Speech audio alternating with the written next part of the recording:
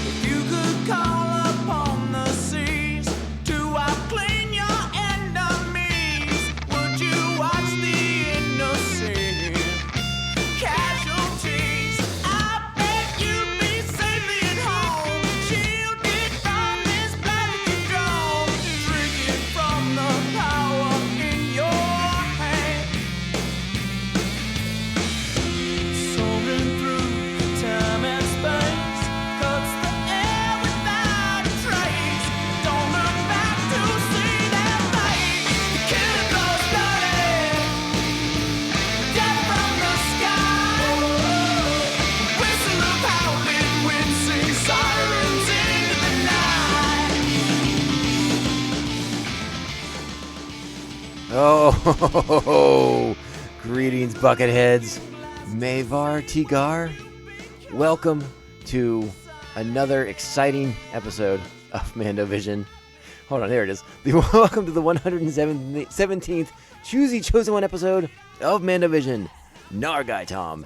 And thank you so much for checking out this small, independent Star Wars podcast. Remember, the best way to reach out to us is via social media. We are at Mando_Vision, Twitter and Instagram. You can email the show at mandovisiontom@gmail.com. And we ask you kindly to please make sure you're liking, subscribing, and sharing this show with all the other Mandalorians in your covert. And hey, sweet 5-star reviews. Remember, they go a long way to helping out shows. And we appreciate your efforts in defeating the tyranny of the algorithm. So how is everyone doing? This is our first show post-Christmas, and our first show before the Book of Boba Fett. I don't know what that means. You're going to listen to this on Tuesday, hopefully. And then on Wednesday night, or Wednesday morning, depending on your schedule, we're going to be watching The Book of Boba Fett. Episode 1 will be out. It will be here.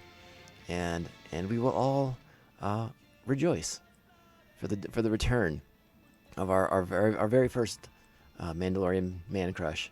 That's right, Boba Fett himself in his new Disney Plus series. And I think we're all really, really excited about it. And listen, I don't want to be like the wet blanket of the Star Wars podcasters, but I want us all to temper our expectations, be realistic. Let's not get crazy. Let's not get just ramped up with expectation for the show. Let's just sit there, relax, and let what they give us wash over us, seep into our pores, and soak our souls in delicious Boba Fett goodness. Because, when you play with expectations, it gets dicey. That's when fandoms get angry, when they have a certain expectation of things.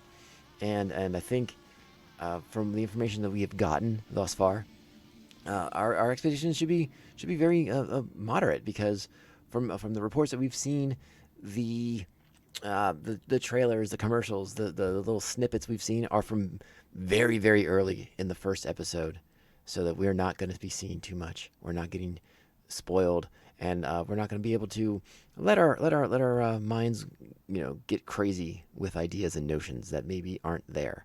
Now, again, there are entire websites, there are entire YouTube channels dedicated to doing these things, and I do not want to begrudge them what they do. I just want to caution everyone. Let's keep it. Let's not get crazy. Let's not get nuts. We're all excited. We're all pumped up, and trust me, we're going to be talking about it on Wednesday evening when we record our review / breakdown of that first episode. We're going to get into it, and we're going to get nuts. And trust me, I am excited. But I just urge everyone, caution, sit there, get on your comfy couch, get your blanket, get your popcorn ready, and let the Boba Fett wash over you. Let it seep into your pores and take that nourishment that it's providing you and just run with it and be healthy, be strong, be Boba Fett. And that's all I'm going to say about that. All right, enough about that. We'll be talking about Boba Fett extremely soon, before you even know it, and I'm very, very excited. And assuming all goes according to plan, this is, in fact, the first episode of 3 episodes this week. I'm hoping to be able to get a bit ahead, and we'll be able to maintain the 3 episodes a week schedule for the entire 7-week duration of Boba Fett's run.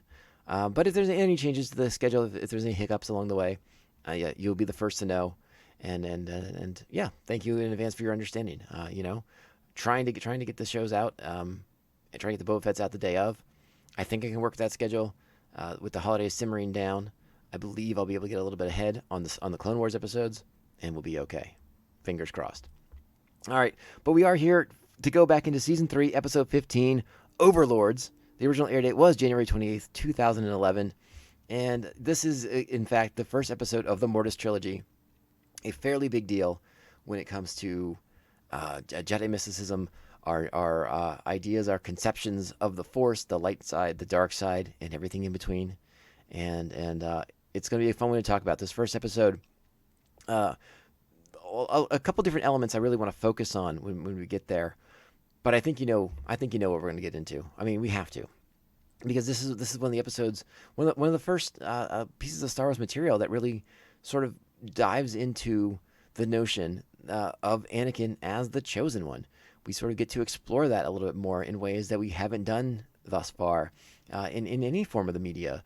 They didn't really dive too much into it into the books or in the films or in the comics. You just hear this Anakin's the Chosen One, but we never really got a good, firm sense of what that meant. The Jedi had an interpretation. Qui-Gon Jinn had an interpretation. Now we get to hear a different interpretation. Now we get to see a more allegorical representation of it. A light side being, a dark side being, and the one who balances them. And is Anakin going to fill that role? We'll see that. We'll talk about that some more. It's again an interesting episode, and there's 2 more very interesting episodes that follow after this one. So we're not going to talk too much about those. I don't want to get too far ahead of myself. I actually stopped myself from watching episodes 2 and 3 of the Mortis trilogy because I didn't want to taint this review by being able to get ahead of myself. I wanted to make sure I kind of stayed in this episode so that in an effort to sort of recapture my mindset from when I first watched them. And we'll see how that goes. You let me know if it works for you or if I have made a horrible mistake by not watching all 3 and then providing some commentary after being able to watch the entire trilogy.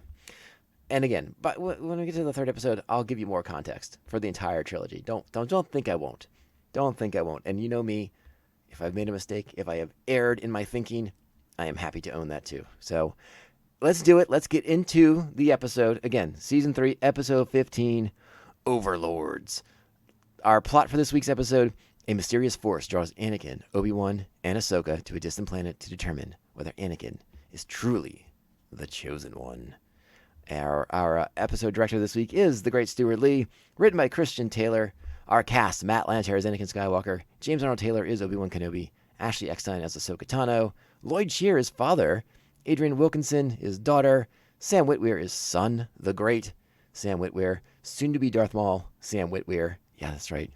Oh, and you also get Liam friggin' Neeson as Qui-Gon Jinn, Pernilla August returns as Shmi Skywalker, D. Bradley Baker as Rex, and Tom Kane as our narrator. And yeah, there's no mistaking that Liam Neeson voice. They didn't get some guy doing a Liam Neeson impression. They're like, why get a guy doing a Liam Neeson impression? Let's just get Liam friggin' Neeson. Why not?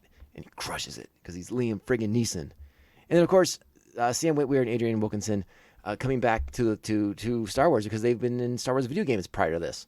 So they get to come together and do some voice work for the Clone Wars. I believe they're both in the Force Unleashed video game, if memory serves. Sam Witwer definitely was. I think Adrian Wilkinson is as well. So nice to see them back in another form of Star Wars media. I was a big fan of that Star Wars Force Unleashed game. I mean, it's sort of like ridiculous, the things you can do in that game, but it's fun as heck. Fun as heck. getting to throw stormtroopers across the entire planet. Loved it. Couldn't get enough of it. It was a blast. Our Jedi Fortune Cookie for the week. Balance is found in the one who faces his guilt. Well, we're clearly talking about Anakin Skywalker, his guilt over what he did to the Sand People, over his inability to let go, and his inability to again, we've talked about his inability to let go, but his sort of fear of losing his loved ones, and the ability to let them go, and his difficulties with those. That's a lot of what we're talking about with that fortune cookie for this week. All right, you know what to do. It's that time. Strap on your buckets. Let's go.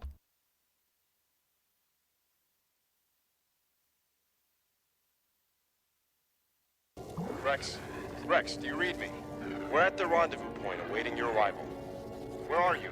Sir, we are at the rendezvous point, and there's no sign of you in our scanners. Oh, come on. That's impossible. Something's wrong. We're at the exact coordinates where the distress signal originated, but there's nothing here. Rex is at the exact same coordinates, and he's not here. This is getting interesting. I don't even know where to begin with this episode. I love this one so much. There's so much great stuff to get into. We use the exposition at the beginning of the episode, the sort of recaps to catch us up to where we are now. The mysterious distress signal, a 2,000-year-old Jedi code, clearly luring some Jedi to a potential trap, to a dangerous situation. There's something about it that is so awesomely Star Wars, yet to me is so vaguely reminiscent of like Star Trek stuff. You get your flight team in a shuttle. They find a mysterious object in space, big bright light, something happens, and you wake up on another planet.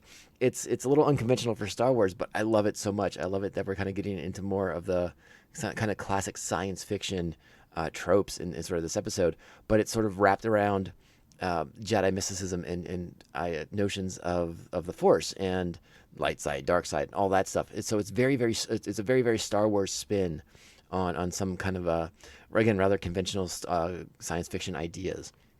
So I love that we're doing that. I love we're kind of in the thick of it. I love the opening sequence that we played there with Rex and Anakin talking to each other, both in the same location, but not in the same location.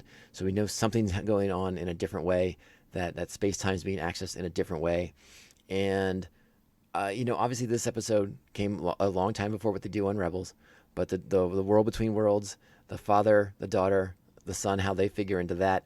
And we're drawn through this gateway to the distant planet of Mortis, and a planet that is, as Obi-Wan tells us, is just basically like all Force power. And these three godlike beings who inhabit it, who one representing the light, one representing the dark, and the Father who balances the two out so that they cannot wreak havoc on the galaxy one way or the other, in the name of the light or in the name of the dark. And then their pursuit of Anakin as the chosen one, because their notion as these Force wielders, their notion of the prophecy of the chosen one is that Anakin will step into the role of the father to keep the son and the daughter balanced, and again, from wreaking havoc for another millennia or whatever the timeline would be. So a lot of really great stuff in this. And I want to go ahead and play the first moments of Sam Witwer's character, his role as the son, coming forward, his first meeting with Obi-Wan and Ahsoka Tano. Check this out, because again, you'll hear some stuff in this if you haven't watched the episode just yet. Great moment in this where we see, again, these insanely powerful Force beings just kind of having their way with these characters. Ahsoka and Obi-Wan, lightsabers out, prepared to fight, and just a wave of the hand, extinguishing their blades. It's pretty fascinating. And this is also the debut of Ahsoka's secondary lightsaber, as she pulls that into action for the first time. Remember, we have a more grown-up Ahsoka now, so the tools of her trade have grown as she has. So let's check this clip out. I'm a big fan of this one. Here we go. We'd like our ship back if you don't mind. Not yet. Is it true that he is the chosen one? What do you know of such things? What is about to happen shall occur, whether you like it or not. You are Sith. Sith. Yes, and no. The storms here are quite lethal. If you want to live, I suggest you find shelter. All right, there we go. That's a good clip. I love it. Love it. We also get to see Anakin as he makes his way, his first meeting with the father. And again, sort of learning about being sort of reminded of this prophecy of the Chosen One. Anakin has seemingly rejected it as just, Jedi nonsense. A sort of idea, a sort of insinuation that Anakin, while being a powerful and well-respected Jedi Knight, not quite on board with all the Jedi doctrines that exist out there in the world. Again, that's a very interesting notion to me, and helps lead into our sort of idea about Anakin's role with the Jedi moving forward. It makes it so much easier to see why he will ultimately reject their ways, particularly when it comes to saving Padme's life in Episode 3. This episode also sort of got me thinking about some older stuff that fandom has sort of, I don't know what the right word is anymore, because it's gotten a little confusing. And we've talked about some of the differences between the old Star Wars Expanded Universe canon, the new canon, the new material coming out through the comic books and through various other media outlets. Episode 3, the opera scene strongly insinuates that Darth Plagueis or Darth Sidious may have had a hand in manipulating the midichlorians to conceive Anakin in the Force. We are left with that notion. We are left with that rather unexplored, because the material that sort of embraced that and ran with it, particularly James Lucinio's Darth Plagueis book, again, that sort of embraced that notion and had a scene with that happening. Now, it doesn't explicitly say it's Anakin, but they show them attempting to manipulate the Force and the midichlorians. Again, the implication being that they are creating Anakin Skywalker, sort of this chosen one within the Force. That's all thrown out now. That's not canon. That's not what is known, if you will. And then another more recent example, again, sort of misinterpreted by the fandom, because the author, Charles Soule, and one of the Lucasfilm story editors has come out and said that it was widely misinterpreted, which was a scene in Charles Soule's Darth Vader comic book run from Marvel Comics, where Vader's having a vision of Palpatine behind his mother, sort of manipulating in the Force. And what Charles Soule has said about that is that the dark side of the Force is what they call the unreliable narrator, which is a challenging notion to get across in a comic book sometimes, but does make a ton of sense. So I buy into that. But it's muddled the idea of just where Anakin's come from in his origins, other than that line potentially referring to Anakin in Episode 3 from Chancellor Palpatine, aka Darth Sidious. So we eagerly wait more information on that.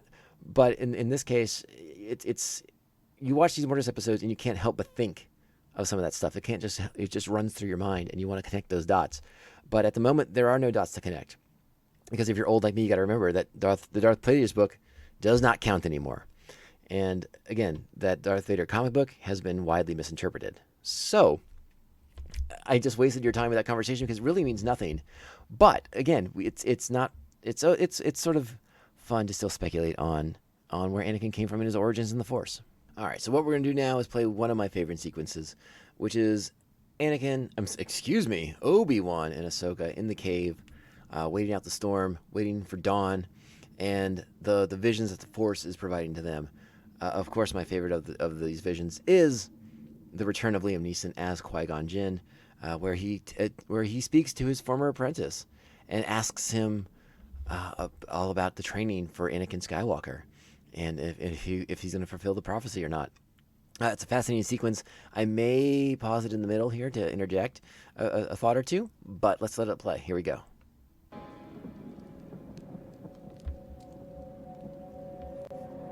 Obi-Wan, have you done as I asked? Have you trained the boy? Master Qui-Gon, how are you here? I am here because you are here. No, I don't understand. What is this place? Unlike any other, a conduit through which the entire force of the universe flows. Okay, so let's just talk about that for a quick second.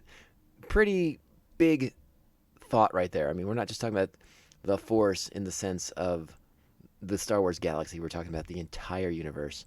That's a much bigger concept. That is a much bigger notion.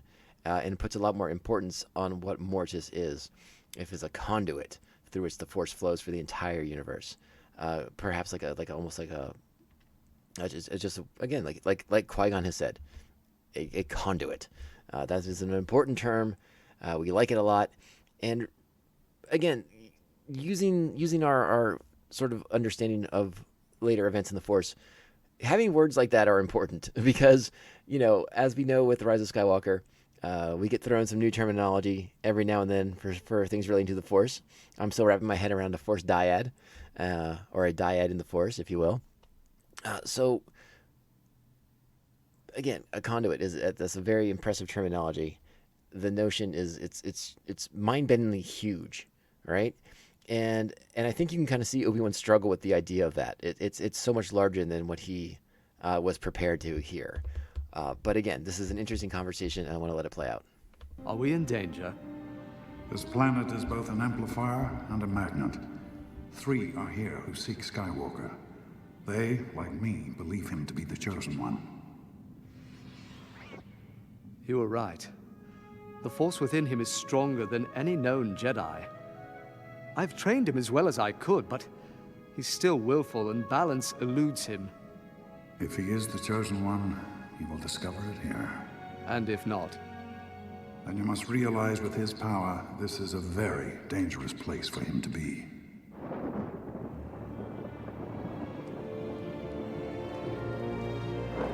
All right, so that's an important scene because it's actually the first time that, at least as far as we know, at least as far as we can. Yeah, that's not the right word. I misspoke.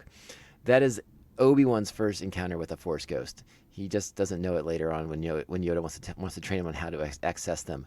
Now, again, because we are at a place that is a conduit for the Force, Qui-Gon manifesting himself to Obi-Wan is not out of the realm of possibility. But when you're not at a conduit of the Force, when you're in a desolate desert location like Tatooine, you got to be trained to be able to summon a Force ghost, right? So it makes a ton of sense that he can see and is visited by Qui-Gon at this location, at this juncture, as Anakin is at a fairly critical moment. Again, we don't... The literal interpretation of the Chosen One bringing balance to the Force, that is what is represented in this episode. But Qui-Gon hints at the dangers. It is what does he say? It's an attractant and a magnet and it's all these things. It's so basically Anakin, a character who, as Obi-Wan has just said, balance eludes him. He's at a tipping point potentially on Mortis. Things could go very, very badly for Anakin. And listen, I know what choice. I do remember enough about the future episodes to know what choices he makes. So yeah, we'll have to talk about those when we get to him. But again, understand the stakes, understand the gravity of Anakin's situation, and his friends, his mentor, needs to remove him from the situation, and he knows he needs to remove him from the situation. But he will find out that both Obi-Wan and Ahsoka are not strong enough. They can't deny the sister. The daughter and the son. Interesting stuff though, and I actually really like the moment where Obi-Wan tells Qui-Gon's Force ghost that he trained him as best he could, but he sounds almost frustrated with himself, like he didn't do enough, and he knows he couldn't do enough to get Anakin to where he needs to be, so that he is not in danger of falling to the dark side.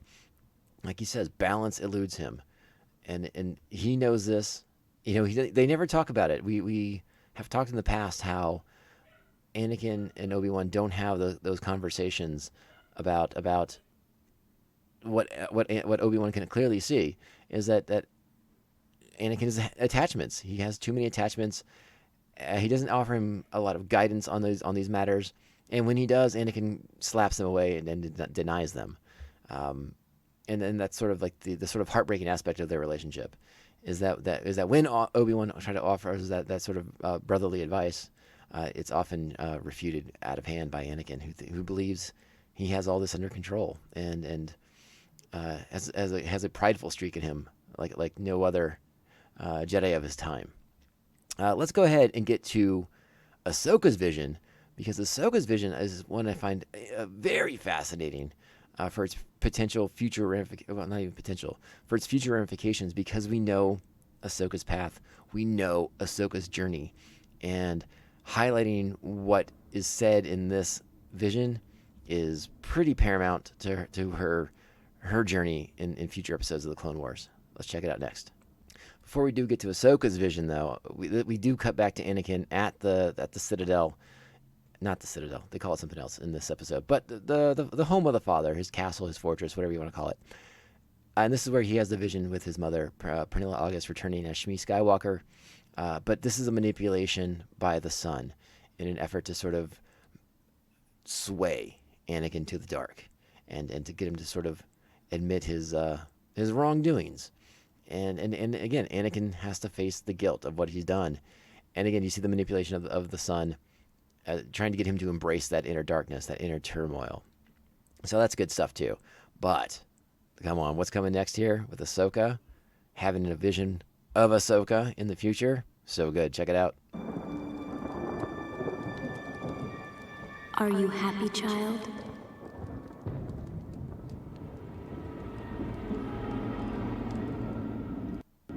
Your master, does he treat you well? What concern of it is yours? I am your future, your potential. This is a trick. There is a wildness to you, young one. Seeds of the dark side planted by your master. Do you feel it? No. He is like no other Jedi. Passionate, impulsive, but I trust him with my life. There are many contradictions in you, and in him. Be warned. You may never see your future if you remain his student. Leave this planet! Ahsoka? All right, so now she wakes up. Again, we know the path Ahsoka chooses, her ultimate rejection of the Jedi Order, of Anakin's apprenticeship, masterhood, whatever you want to call it. And again, this is ultimately what saves Ahsoka, and at the end is her ability to walk away from the Jedi Order. What we do get to later on in this series, in this Mortis arc, we'll get to talk more about it in future episodes. But Ahsoka's connection to the Morai birds begins in this arc, and we talked about that back in season 2 of The Mandalorian when she shows up, and the Morai is with her. We'll talk about that when we get to it, but the seeds for that are in these episodes, so brace yourself for those. What we get at the end here is a choice has to be made, right? The son and the daughter get involved. They bring Ahsoka and Anakin to the temple on the mountain there, where it must be determined if Anakin is the chosen one. Does he have the power to balance the son and the daughter? And he shows that he does, and he shows that he's able to save his friends and repel the son and the daughter and keep them in check. The father assumes that now he will take his mantle and keep the balance of the Force. Anakin rejects this. Anakin says, no, you got the wrong guy, not me. I'm just this Jedi. I got to go fight some Clone Wars, and we got to go. We got peace out, homie. And begrudgingly, the father will let them go. But it's not that simple. It seems like it's simple. It's not. It's really, really not. But let's go ahead and check out the very, very end of that sequence. Let's go. Hang on. And now you see who you truly are. Only the Chosen One could tame both my children. I've taken your test. Now fulfill your promise and let us go. But first, you must understand the truth. Now, all of you leave us. Do not trust him. You think? I said, leave us. All right, big moment here. Let's go ahead, check it out. I'm going to let this run a little bit long, but here we go. Do you feel your destiny? You must see it now. I am dying, and you must replace me. Replace you? I can't stay here. But this is yours. It has been foretold The Chosen One will remain to keep my children in balance. No. I cannot force you to do this. The choice must be yours. But leave, and your selfishness shall haunt you, and the galaxy. And is that what happens? Is that our interpretation? That if Anakin had stayed on Mortis to balance the son and the daughter, he could have averted the fall of the Jedi. He could have averted the rise of the Sith and his fall from grace, his fall to the dark side and the rise of Darth Vader. Is that your interpretation as well? That's definitely what the implication seems to be. But as the rest of the Mortis arc takes shape, we're going to revisit those ideas. We're going to revisit those notions. But yeah, I mean, the episode ends with our heroes taking off, apparently on their way home. We know there's more to the story, and we'll pick it up with that on Friday, I believe. So there you go. The Mortis episode, 9 buckets, 9.5 buckets. This one's so good. Again, give me more of that Force mysticism, the idea, the philosophies of the light side and the dark side, and Anakin's role as the Chosen One. I love getting to explore that. I love getting to play with that idea. And yeah, we're only in the first part of the Mortis arc, and we got so much more good stuff to go with Mortis coming up in the next couple of episodes. So please stay tuned. But yeah, 9 buckets, easy. What do you think? Did y'all love this one as much as I did? It's pretty rock solid stuff. Big fan. Big fan. All right, so that's the bulk of the episode. We do have some news that I wanted to share with everybody. It doesn't affect the show one iota. Nothing will change. We're still putting the show out. It's still free. It's all these good things. But if you're so inclined, a Patreon page will be available for financial support if you want to do that. What's happening is moving into 2022, my schedule is going to be changing. My availability for podcasting is going to be changing. And my free time is changing.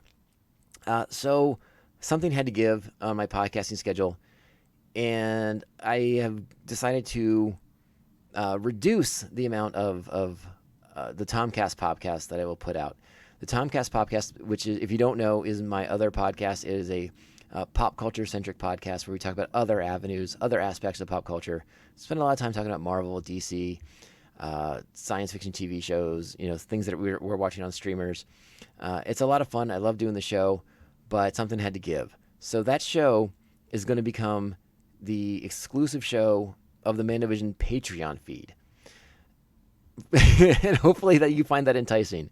But yeah, so if you want to support the show, you'll get access to future episodes of the Tomcast podcast.